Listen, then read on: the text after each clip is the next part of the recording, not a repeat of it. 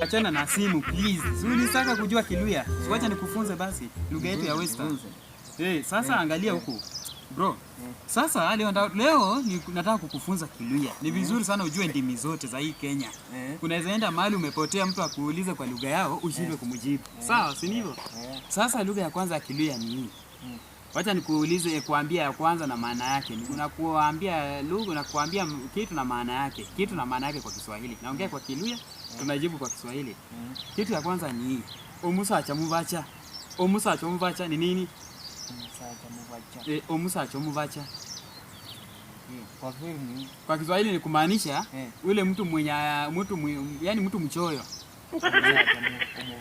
No mtu mchoyo. Omusacha mubacha no mtu mchoyo. Yeah. Kama kasongo. Kama kasongo.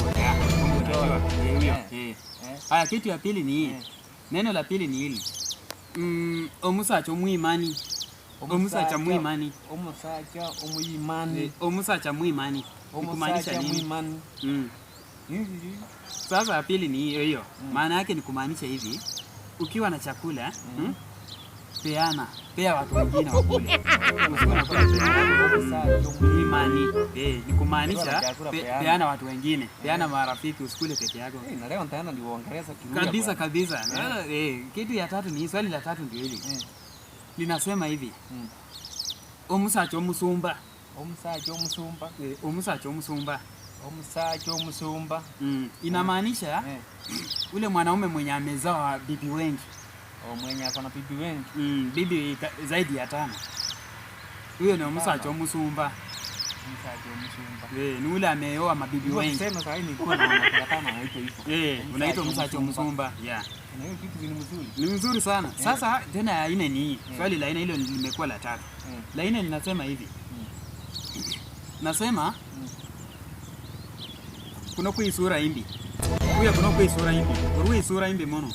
Orwe isura imbi. Ni kumaanisha nini? Orwa tora imbi. Orwe isura imbi. Orwe isura imbi ni kumaanisha nini?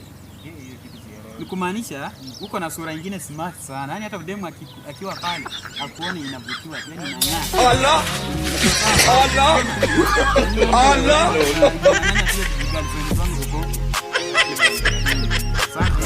Sasa hiyo ni maswali manne.